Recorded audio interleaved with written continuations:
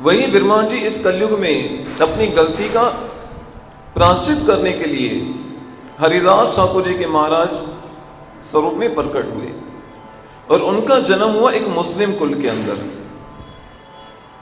परंतु विडंबना ये थी कि उनका जन्म हुआ, परंतु जन्म लेने के बाद ना कुछ बोल रहे थे, ना कुछ खा रहे थे, ना कुछ पी रहे थे। जैसे बालक जैसे ही जन्म लेता है तो मां का दूध पीता है। और इस दिशा को देखकर उनके माता पिता बड़े दुखी हुए और विचार करने लगे कि न जाने इस बालक का कैसा भाग्य है और कितने दिन बचेगा, कुछ पता नहीं। लेकिन उनको इस रहस्य का मालूम नहीं था। तो उसी समय उसी गांव के एक ब्राह्मण के सपने में स्वयं ठाकुर जी आए और कहा कि फिलहाल जगह पे इस घर के अंदर जिस बालक का जन्म हुआ है वो बालक कोई साधारण नहीं है और तुम जाओ उस बालक के प्राणों की रक्षा करो। वो ब्राह्मण भगवान की इस आज्ञा को पालन करते हुए ठाकुर जी को दूध जो है भोग लगाया, उस दूध को लेकर इस घर पे आए और उस बालक के माता पिता को कहा कि लाइए आपके बालक का जो कष्ट है उसको मैं थोड़ा दूर करने का प्रयास करता हूं। उस बालक ने अभी तक उस घर के अंदर कुछ खान पान कुछ भी ग्रहण नहीं किया था और उस ब्राह्मण ने जैसे ही भगवान को भोग लगा हुआ दूध उस बालक के मुख में डाला तो उसने वो लेना आरंभ कर दिया और इस प्रकार उस बालक की क्या हुई, प्राणों की रक्षा हुई। लेकिन ऐसे कुल में उत्पन्न होने के बाद भी उस कुल का कोई प्रभाव उन पे नहीं पड़ा और मात्र दूध पे ही गुजारा करते रहे। और ऐसे करते करते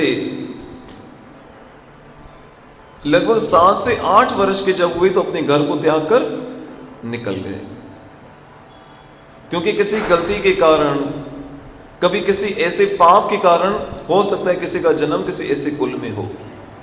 और ऐसे हम सनातन धर्म में देखते हैं, इतिहास में देखते हैं कि बहुत सारे ऐसे भक्तों का हमें चरित्र श्रवण करने को मिलता है जिनका जन्म ऐसे ऐसे कुल में हुआ, परंतु उन्होंने पूरे विश्व के लिए एक आदर्श भक्ति का पथ प्रदर्शित किया। संत रहीदास जी चमार के घर पे उत्पन्न हुए, संत कबीर साहब जी एक जोलाहे के घर पे उत्पन्न हुए। इससे कई भक्तों को हम देखते हैं, रस खान पठान को देखिए। और इस प्रकार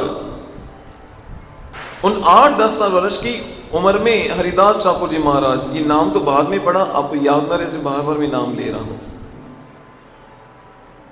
बस घूमते रहते, गांव गांव भटकते रहते और खोज थी किसकी कि काश कोई ऐसा संत कोई महात्मा मिल जाए जो मुझे किससे मिला दे, मेरे प्रभु से मिला दे।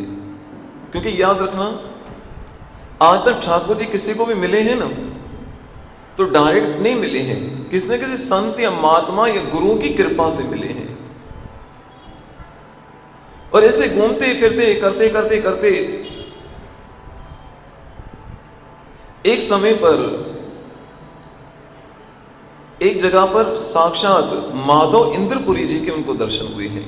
ये माधव इंद्रपुरी कौन है? ये साक्षात श्री नाथ जी को जिन्होंने प्रकट किया है।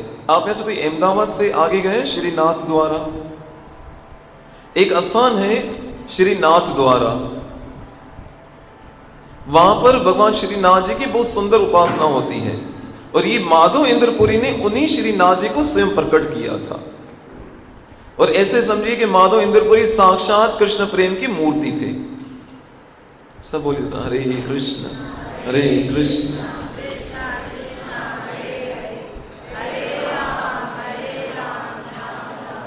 वो बालक वहां भटकते भटकते जैसे माधव इंद्रपुरी के दर्शन करते हैं और उनके चरणों में गिर पड़ते हैं, माधव इंद्रपुरी से कहते हैं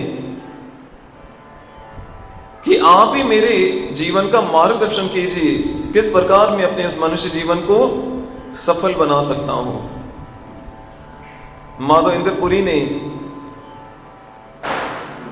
जब उस बालक की ये प्रार्थना सुनी तो उसका परिचय पूछा, तुम कहां हो वत्स, कहां से आए हो, किसके पुत्र हो।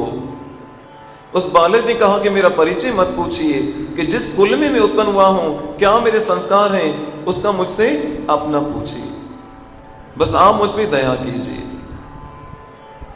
और उस समय माधव इंद्रपुरी ने कहा, बालक तुम्हारा अगर कल्याण हो सकता है तो मात्र किससे, हरि नाम के द्वारा कल्याण हो सकता है। और माधव इंद्रपुरी ने अपना हाथ उस बालक के सर पे रख दिया और उनके कान में इस पवित्र नाम का मंत्र दे दिया, हरे कृष्ण हरे कृष्ण कृष्ण कृष्ण हरे हरे, हरे राम राम राम हरे हरे। मात्र मंत्र दिया, लेकिन ये मंत्र के स्वरूप में ऐसे लगता है कि साक्षात ठाकुर जी उनके कानों के द्वारा उस बालक के हृदय में प्रवेश कर गए। और ऐसा इस पवित्र नाम का नशा चढ़ गया कि निरंतर उठते बैठते सोते जागते हर समय खाली क्या करते रहते, ये पवित्र नाम का जप करते रहते, हरे कृष्ण कृष्ण कृष्ण हरे हरे, हरे राम राम राम। और पता है कितना जप करते एक दिन में, 3.25 लाख महामंत्र का जप करते। कितना? 3.25 लाख महामंत्र का। हम जो 16 माला करते हैं उसमें लगभग 25,000 के आसपास महामंत्र आ जाते हैं। और 64 माला जो लोग करते हैं, आज भी बहुत सारे ऐसे वैष्णव हैं जो दिन में 64 माला करते हैं, उनका नियम है। और 64 माला में लगभग 1 लाख महामंत्र आ जाते हैं। और ठाकुर हरिदास जी महाराज क्या करते हैं, 3.25 लाख महामंत्र का जप किया करते थे। कितनी माला हुई? लगभग 192। और कौन से कुल में उत्पन्न हुए? यवन कुल के अंदर। और ऐसा नाम का प्रभाव कि इस नाम के अंदर इतनी आसक्ति, ऐसा उनका उसके अंदर प्रेम कि 1 लाख महामंत्र को क्या करते, इस जोर से करते जितना उनके कान में सुनाई दे, स्लो स्लो। फिर इसके आगे की संख्या इसे बड़े शोर में करते। इसे जब हम भजन करते हैं ना, हरे कृष्ण कृष्ण कृष्ण हरे हरे, हरे राम राम हरे हरे। तो कम से कम इतने ऊंचे स्वर में होना चाहिए कि हमारे मुंह से निकले और पूरा शब्द हमारे कान में पहुंचे। और उससे हमारे आसपास का वातावरण होता है, जो जीव होते हैं वो भी इससे क्या हो जाते हैं, पवित्र हो जाते हैं। तो 3.25 लाख महामंत्र का वो जप करते। और कोई परमानेंट कोई स्थान नहीं, कभी इस गांव में, कभी उस गांव में, कभी इस जंगल में, कभी उस जंगल में। ऐसे करते करते 20 से 22 साल की उम्र हो गई। और कहीं जाकर एक गांव है जिसका नाम था बेनापोल, उस गांव में जाकर कुटिया बना ली और वहां बैठकर भजन करते। लेकिन उसके नाम का प्रभाव ऐसा कि दूर दूर से लोग उस ठाकुर हरिदास जी के दर्शन करने आते और उनसे जिज्ञासा भी करते, पूछते भी, प्रश्न पूछते। और ठाकुर हरिदास जी महाराज उनको मात्र क्या करते, इस भगवान के नाम का उपदेश करते। वो सही को इस कलयुग के अंदर यज्ञ दान तपस्या ये सब हमारे बस से बाहर है। और जो आता ठाकुर हरिदास जी से इस मंत्र की दीक्षा लेकर चला जाता। और ऐसे करते करते इस गांव में ठाकुर हरिदास जी की इतनी प्रसिद्धि हो गई, चारों तरफ से उनकी खाली ख्याति बढ़ती जा रही थी। और उसी गांव के अंदर एक जमींदार था जो वहां का ऐसे समझो सरपंच था। और वो ठाकुर हरिदास जी की इतनी ख्याति से, उसकी कीर्ति से जेलसी होने लगा। उसने सोचा एक तो ये यवन कुल में उत्पन्न हुआ, और यवन कुल में उत्पन्न होने के बाद भी ये क्या करता है, ये सनातन हिंदू संस्कृति के अनुसार भगवान के नाम का जप करता है। लेकिन सबसे बड़ी तकलीफ उनको ये थी कि इतने सारे लोग इनको मानने क्यों लगे हैं। हमारे गुरु महाराज हमेशा बताते हैं कि आज के युग में लोग अपने दुख से इतना दुखी नहीं जितना दूसरे के सुख से दुखी हैं। तो उस जमींदार ने विचार किया कि इसको किस प्रकार से पूरे गांव में बदनाम किया जाए ताकि लोग इसके पास जाना छोड़ दें, और जब ये अकेला हो जाएगा तो इसको मार मार के यहां से क्या करेंगे, गांव से भगा देंगे। लेकिन इसको अपने पद से भ्रष्ट कैसे किया जाए। अब उनकी ऐसी भ्रष्ट बुद्धि, उस गांव के अंदर एक वेश्या रहती थी जिसके बहुत चर्चे थे और बहुत सुंदर थी, और नाम था चंचला। क्या नाम था? चंचला। उस जमींदार ने उस वेश्या को कहा कि आज तुमको एक काम करना है। कहा क्या काम करना है? कि एक व्यक्ति उसको अपने धर्म से भ्रष्ट करना, उसको पथ भ्रष्ट करना है। कौन है वो? पर मैं किसी को पथ भ्रष्ट करने में देर नहीं लगाऊंगी, ये तो मेरे उल्टे हाथ का काम, मेरा तो काम ही यही है। लेकिन इसके बदले में क्या मिलेगा? उस जमींदार ने कहा जो तुम कहोगी वो सब तुम्हें मिलेगा। कहा वो है कौन? कहा कि एक साधु है। अच्छा, फिर तो बहुत ईजी है।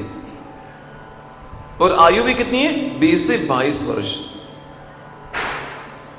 अब ये ठाकुर हरिदास जी भगवान नाम का जप करते, लोग आते जाते सत्संग होती, और वेश्या उस समय को उस जमींदार की उस बातों में आकर ठाकुर हरिदास जी को भ्रष्ट करने के लिए उनकी कुटिया पे पहुंची।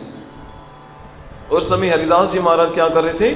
पवित्र नाम का जप कर रहे थे। हरे कृष्णा कृष्णा कृष्णा हरे हरे, हरे राम राम राम हरे। और ऐसे में ये पूरी तरह से श्रृंगार करके सज धज के हरिदास जी की कुटिया में आई। आके पहले प्रणाम किया। हरिदास जी महाराज ने भी उनको प्रणाम किया और पूछा कि देवी, ये समय सत्संग का तो नहीं है, आप इस समय यहां पर? तो उसने कहा कि आप मुझे जानते नहीं, लोग मुझे देखने के लिए, मुझे तरसने के, मुझसे बात करने के लिए, मुझे स्पर्श करने के लिए तरसते हैं। मैं आपके पास ये आशा लेकर आई हूं, आप मुझे स्वीकार कीजिए। उस समय हरिदास ठाकुर जी महाराज, वो समझना, एक तो एकांत स्थान और आयु भी कैसी, युवा। उन्होंने कहा देवी देखो, मेरा रोज का नियम है, मैं क्या करता हूं, रोज 3.25 लाख महामंत्र का जप करता हूं, इसलिए इस समय मुझे अपना जप पूरा करने दो। क्या जप करते हो? ठाकुर जी ने कहा कृष्ण के नाम का स्मरण करता हूं। अरे तुम इतनी जवानी में कहां ये बाबाओं जैसे काम करने लगे हो? ये कृष्ण कृष्ण इसमें रखा क्या है? क्या मिलता है इसमें तुम्हें? ठाकुर हरिदास जी ने कहा इसमें क्या मिलता है क्या नहीं मिलता मुझे नहीं पता, बस मुझे नशा हो गया है। जब तक मैं इसके नाम की संख्या को पूरा ना कर दूं तब तक मैं और कोई कार्य की तरफ ध्यान नहीं देता। इसे यदि आपको प्रतीक्षा करनी तो आप बैठ जाओ। हरिदास ठाकुर जी महाराज जब करने लगे तो कितनी देर में आपकी संख्या पूरी होगी? हो जाएगी बस 1-2 घंटे में। हरिदास जी महाराज क्या करने लगे? जप करने लगे। एक शुद्ध चित्त के साथ, शुद्ध हृदय के साथ जब कोई जप करता है ना, उसका प्रभाव बड़े से बड़े दुष्ट व्यक्ति के ऊपर भी पड़ता है। आप देखिए श्रील प्रभुपाद जी 70 साल की उम्र में उस अमेरिका के ऐसी गलियों में जहां पर एलएसडी के नशे में डूबे हुए लोग, उनके बीच में जाकर क्या किया, मात्र एक छोटी सी करताल से कीर्तन आरंभ किया। एक तो शुद्ध हृदय, एक तो साधु, एक तो महात्मा, दूसरा पवित्र नाम का प्रभाव। और आज हम देखते हैं जो एलएसडी के नशे में डूबे थे, आज वो भगवान नाम का कीर्तन करते हैं। हाथी तो वो होगी जो स्लाटर हाउस चलाते थे ना, वो डेयरी, जो क्या नाम है, मिल्क डेयरी चलाने लगे, वहां पर दूध बेचने लगे। और ये हरिदास जी महाराज क्या करते, जब करते जाते, वो वेश्या सामने बैठी बस अभी इनका जप पूरा होगा, अभी इनका जप पूरा होगा। और ऐसे जप करते करते करते करते न जाने कब वो रात गुजर गई, सवेरे होने लगी। और वेश्या भी वो सुनते सुनते सुनते थक गई।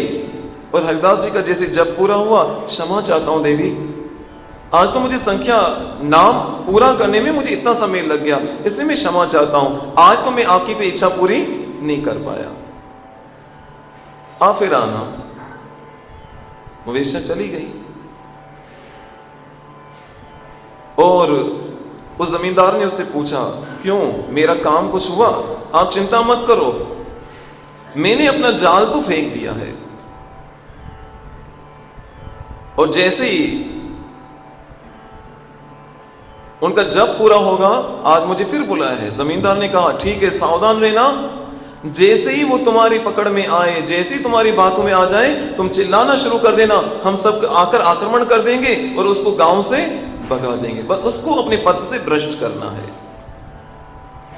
फिर दूसरे दिन शाम को बहुत सारे लोग गए वहां पर, हरिनाम संकीर्तन सुना, ठाकुर हरिदास जी से सत्संग हुई।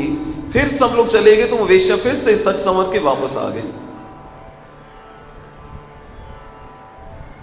जैसे ही वहां पर आई तो ठाकुर हरिदास जी ने कहा कि मेरी नाम संख्या बाकी है, आप भली प्रतीक्षा कर सकते हो। ठीक है, आज भी प्रतीक्षा कर लेती हूं। लेकिन हरिदास जी महाराज नाम जप में इतना मगन कि उस तरफ ध्यान भी नहीं दिया कि सामने कौन बैठा है। परंतु उस वेश्या को, यानी कि ऐसा था कि वो नाम सुनते सुनते उनको ये तो समझ नहीं आ रहा था कि सामने ये जप क्या आ रहे हैं, लेकिन उनको अच्छा लग रहा था। क्योंकि कुछ भी हो, हम कितने पापी हों, दुराचारी हों, लेकिन हैं तो अंश किसके, ठाकुर जी के ना। उनको समझ नहीं आ रहा था, लेकिन बस सुनती जा रही थी। वो सुनते सुनते सुनते उसको खो गई। और उस दिन भी क्या हो गया, पूरी रात ऐसे निकल गई, सुबह हो गई। फिर ठाकुर हरिदास जी ने कहा, मैं फिर क्षमा चाहता हूं, कोई बात नहीं। फिर तीसरे दिन आ गई। लेकिन तीसरे दिन जब आई तो ठाकुर हरिदास ने कहा कि देखो, आज मेरे जप को पूरा महीना हुआ है, कितना, और मैं इतना जप करता हूं, उसमें फिर टोटल हिसाब करता हूं कि इस महीने में इतनी मेरी संख्या पूरी हुई कि नहीं हुई। जैसे कई वैष्णव क्या होते हैं, कभी बहुत बिजी हो जाते हैं, अभी मालाएं इनकी छूट जाती हैं, फिर वो कैलकुलेशन निकालते हैं, भाई इतनी माला में रह गई थी, अब इनको एक साथ मुझे करना है। ऐसा नहीं कि पहले का कोटा निकल गया तो गए काम से, छोड़ दो, नहीं, उनको कैलकुलेट करके रखना चाहिए। पहली बात तो रोज का जप रोज होना चाहिए। क्यों रोज होना चाहिए? हमें जितना सीरियस हम अपनी हेल्थ कॉन्शियस में होते हैं ना, अपनी सेहत के लिए, अपने खान पान के लिए, अपने बिजनेस के लिए, उससे भी कहीं ज्यादा हमें क्या होना चाहिए, अपने भजन में सावधान रहना चाहिए।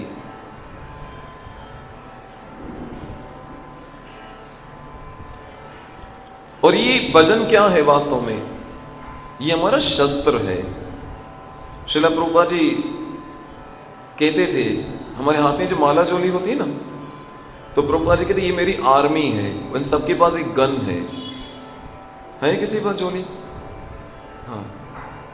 तो ये किसने पूछा ये क्या है? बोले ये महामंत्र का जप करती है, ये जो उंगली बाहर होती है ना, इससे गोली छूटती है, हरे कृष्णा, सीधा सामने पे पापी व्यक्ति उसके दिल में जाती है और अंदर सारी माया को मार देती है और कृष्ण के लिए जगह बना देती है। तो कहा ये मेरी आर्मी है जो माया को क्या करती है, परास्त करने में सहायता करती है। हरदास जी महाराज ने कहा कि आज मुझे नाम संख्या पूरी करने में थोड़ा और समय लगेगा, ठीक है, मैं प्रतीक्षा कर लेती हूं। करते करते सांझ हो गई। लेकिन आज हरिदास जी महाराज ने जो जप किया था, उसका प्रभाव उस वेश्या पे ऐसा पड़ा, चुपके से सीधा गई और पहला काम जाके क्या कि सारे अपने बाल मुंडवा दिए और गंगा में स्नान करके भगवा कलर के वस्त्र पहनकर ठाकुर हरिदास जी के पास आई और चरणों में गिर गई। ठाकुर हरिदास जी बड़े व्यतीत हो गए कि कौन हो तुम? कहा कि आपने मुझे पहचाना नहीं, मैं वही उल्टा जो तुम्हें विपद करने आई थी, तुम्हारा धर्म भ्रष्ट करने आई थी। पर कहते हैं कि जो वैष्णव होते हैं वो क्या होते हैं, पतित पावन होते हैं। मैं तो आपको पतित नहीं कर पाई, लेकिन आपने मुझे पतितन को क्या कर दिया, पावन कर दिया। मैं उन गांव के उन लोगों की बातों में आकर आपको ब्रश करने आई थी, लेकिन आप इस नाम के प्रभाव से न जाने मेरे ऊपर कैसा एक सम्मोहन हो चुका है कि मैं अब इस पापमय जीवन को नहीं जीना चाहती। अब आप मुझ पर दया कीजिए। हरिदास ठाकुर जी महाराज मुस्कुराए, कहा कि मुझे पहले दिन ही पता था कि तुम क्यों आई हो और तुम्हें किस लिए भेजा गया है। लेकिन उस समय हरिदास जी महाराज क्या कर रहे थे, जब ये नाम स्मरण कर रहे थे तो उस नाम स्मरण करते करते अंदर ही भगवान से प्रार्थना कर रहे थे कि प्रभु आपने मुझे वैष्णव बनाया है और मेरी शरण में कोई आया है, भले वो उल्टे भाव से आया है, लेकिन मेरा कार्य क्या है कि इसके भाव को क्या करूं, मैं शुद्ध कर दूं। तो उस समय हरिदास जी महाराज नाम जब करते उस नाम से प्रार्थना भी की जाती थी। पर याद रखना, जिस दिन आपके लिए किसी वैष्णव के दिल से दुआ निकली ना, उस व्यक्ति को कृष्ण भी ठुकरा नहीं सकते। अपना मान टले टल जाए पर भक्त का मान टलते ना देखा। कृष्ण अपने भक्त का मान रखने के लिए सारे वचन तक तोड़ देते। ठीक है, मेरा नाम खराब होगा ना, चलेगा, लेकिन मेरे भक्त का कभी सर नीचे नहीं होना चाहिए। तो उस समय हरिदास जी ठाकुर क्या कर रहे थे, उस वेश्या के उद्धार के लिए नाम प्रभु से प्रार्थना कर रहे थे कि आप प्रभु इस पे दया कीजिए। और उस समय उस वेश्या ने जितना उसने पाप से कमाई की थी, उस सारे धन को क्या किया, वो सब अच्छे कार्यों में लगा दिया। और हरिदास जी महाराज से कहने लगी, अब मेरा उद्धार कैसे होगा।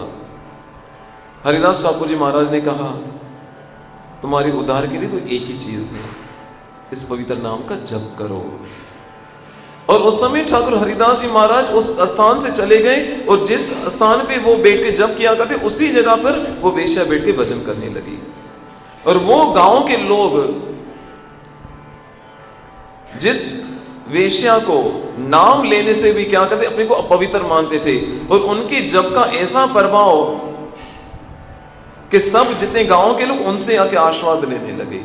इसलिए कहते हैं, गुरु और पारस में एको अंतर जान। क्या पारस मणि का नाम सुना है? पारस क्या होता है, एक प्रकार की मणि होती है, एक पत्थर होता है जिसको लोखंड से स्पर्श करो तो वो सोना बन जाता है। कहते हैं पारस और गुरु में एको अंतर जान, पारस करे कंचन और गुरु करे आप समान। कि उस पारस मणि अगर आपको मिल जाए ना, और एक तरफ कोई वैष्णव कोई साधु के गुरु मिल जाए, तो उस पारस की उसके सामने कोई वैल्यू नहीं है। क्योंकि पारस भी कुछ स्पर्श करेगा तो सोना बनाएगा, लेकिन उसको पारस नहीं बनाएगा। लेकिन साधु संत क्या करते हैं, जो उनके संग में आ जाए उनको अपने जैसा बना लेते हैं। इसे याद रखना, नेक्टर ऑफ डिवोशन भक्तिरस अमृत सिंधु के अंदर रूप गोस्वामी ने भक्ति के 64 अंग बताए हैं। कितने? 64 अंग बताए हैं, 64। यानी इन 64 अंगों को किसी एक अंग में आप भक्ति में सम्मिलित हो जाइए। और 64 अंगों में से भी 5 बहुत प्रबल बताए हैं, और उन 5 में से भी सबसे ज्यादा जोर दिया जाता है वो किसमें? साधु संघ के ऊपर दिया जाता है। साधु संघ साधु संघ साधु संघ सर्व शास्त्र कोय, लो मात्र साधु संग सर्व सिद्धि होए। अगर इतनी सी भी देर भी किसी साधु पुरुष के संग में आप आ गए तो आपके जन्मों जन्मों की पाप नष्ट हो सकते हैं। इसे याद रखना, कभी आपकी सत्संग में आने की रूटीन टूट जाए, ठीक है, कभी आपकी माला भी छूट जाए, ठीक है, कभी भगवान के दर्शन करने भी आप छूट जाओ तो भी चलेगा, लेकिन एक चीज जीवन में कभी मत छोड़ना, और वो क्या है? वो साधु संग। जिस दिन आपके जीवन से साधु संग निकल गया ना, तो बाकी सारे अंग क्या हो जाएंगे? वो धीरे धीरे निकल जाएंगे। कई लोग कहते नहीं हम क्या करें, बस माला करेंगे ना, सत्संग में जाएंगे ना, मंदिर जाएंगे ना, ये करेंगे ना वो करेंगे।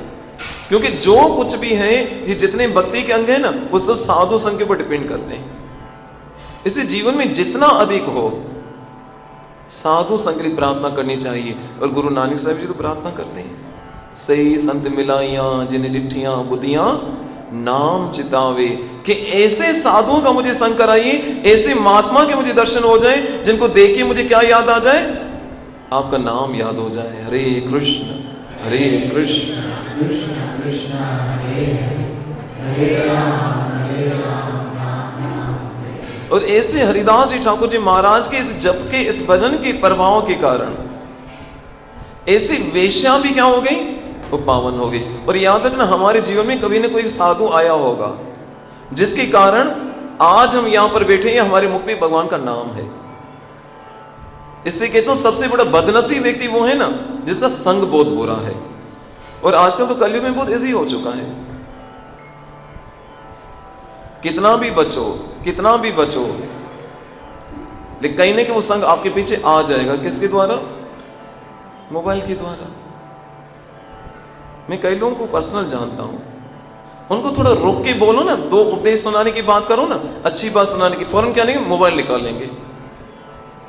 मतलब वो आपको अवॉइड कर रहा है, लेकिन उसको पता नहीं अपना कितना नुकसान कर रहा है। ये अच्छा एक बहाना बन गया है। इससे जीवन में कुछ भी छूट जाए, लेकिन साधु संग नहीं छूटना चाहिए। क्योंकि साधु, आज तक जितने में संत महात्माओं को सुनते हैं, उन सबका क्या हुआ? कल्याण कैसे हुआ है? साधुओं के संग के कारण। अरे ये तो एक वेश्या थी, वही हरिदास जी महाराज वहां से निकल के, उनको पता था अब तो ख्याति हो जाएगी, हर कोई मेरी तरफ, लोग आएंगे मेरा नाम सुन के तो मेरा भजन डिस्टर्ब होगा। फिर वहां से वो चले गए और दूर कहीं एक जगह पर जाकर एक गुफा के अंदर भजन करने लगे। और उस गुफा में जैसे वो भजन करते तो उनके भजन के प्रभाव से वहां के लोग भी उनके पास दर्शन करने के लिए आते। और ऐसे दर्शन करने के लिए आते रहते। तो उस गुफा के पास में एक बहुत बड़ा अजगर रहता था, एक सर्प था। और उस सर्प को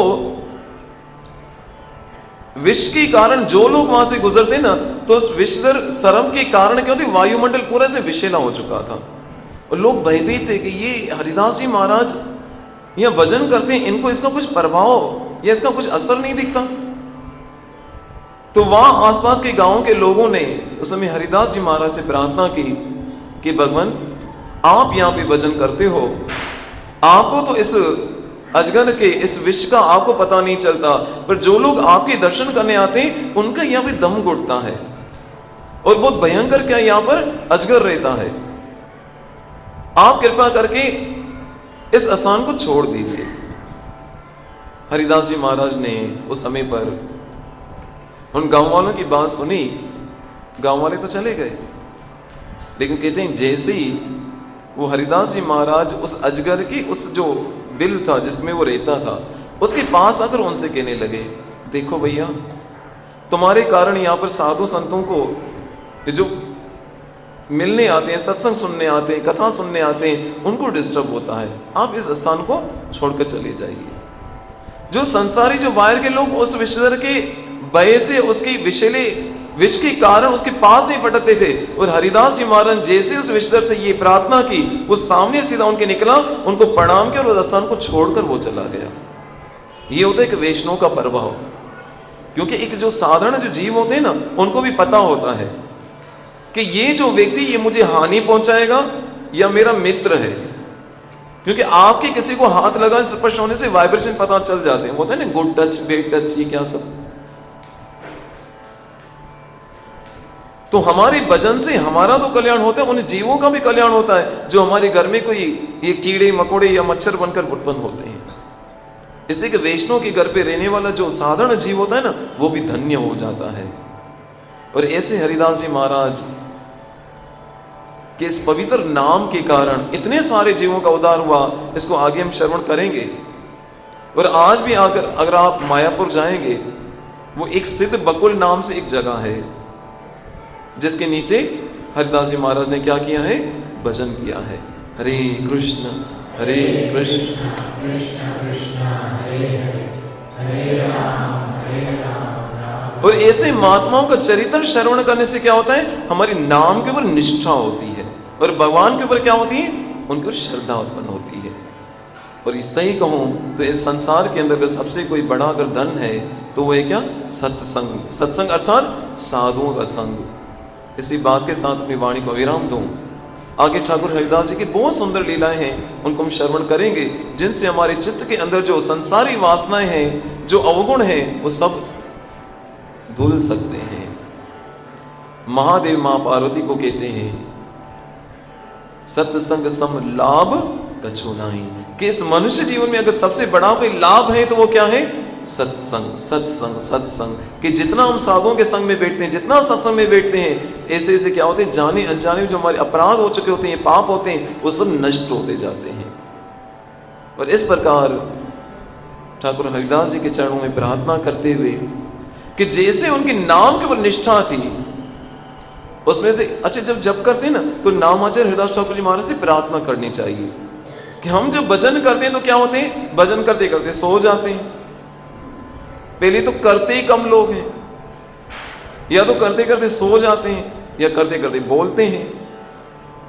तो नाम भी कितने प्रकार का होता है? 3 प्रकार का होता है। एक होता है नाम आभास,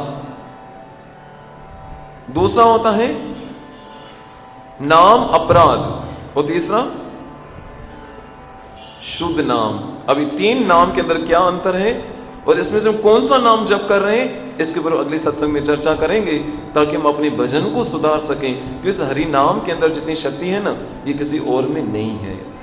और इस नाम साक्षात जो भगवान श्री कृष्ण धरा पे थे तो इतने लोगों का उद्धार हुआ, लेकिन ये नाम प्रभु क्या है, इस नाम अवतार के स्वरूप में आज भी न जाने कितने सारे जीवों का कल्याण कर रहे हैं। इसलिए जितना हो सके इस पवित्र नाम का जप कीजिए। और आज ये पितृपक्ष का अंतिम दिन है, यानी अमावस्या के दिन। ऐसे शास्त्रों में वर्णन आता है कि आज के दिन जितने भी पितृ हमारे जो 15 दिन के लिए हमारे घर पे या परिवार में आते हैं, आज के दिन उनकी विदाई होती है।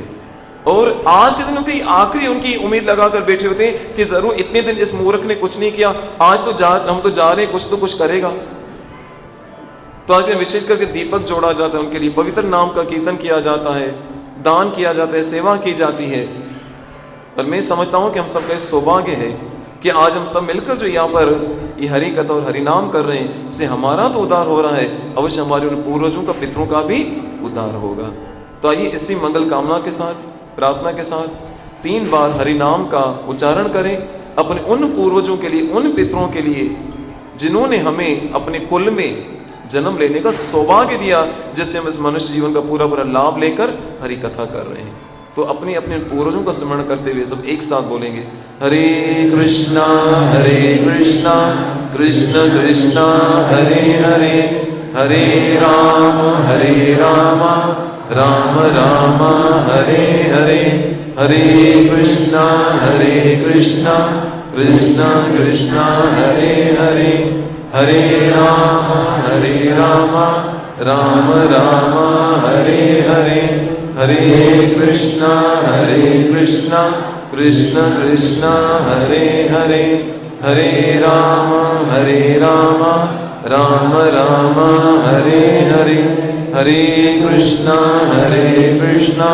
कृष्ण कृष्ण हरे हरे, हरे राम राम राम हरे हरे, हरे कृष्णा कृष्ण कृष्ण हरे हरे, हरे राम राम राम हरे हरे। इसी मंगल कामना के साथ ये प्रार्थना करते हुए इस समय हमने जो महामंत्र का उच्चारण किया, इसका जो भी पुण्य है भगवान हमारे उन पूर्वजों को, उन पितरों को समर्पित करते हैं, जिससे उनका भी मंगल हो और उनके मंगल से होने से हमारा भी अवश्य कल्याण होगा। इसी मंगल कामना के साथ अगली बार हम हरिदास ठाकुर महाराज की आगे की लीलाओं को श्रवण करेंगे। तब तक पवित्र नाम का जप कीजिए और अपने जीवन को धन्य कीजिए। श्री श्री राधा वृंदावन चंद्र बिहारी लाल की, वृंदावनेश्वरी महारानी श्रीमती राधा रानी की, निताई गौर प्रमानंदे। जय जय श्री राधेश्याम, जय जय श्री राधेश्याम, जय जय श्री राधेश्याम।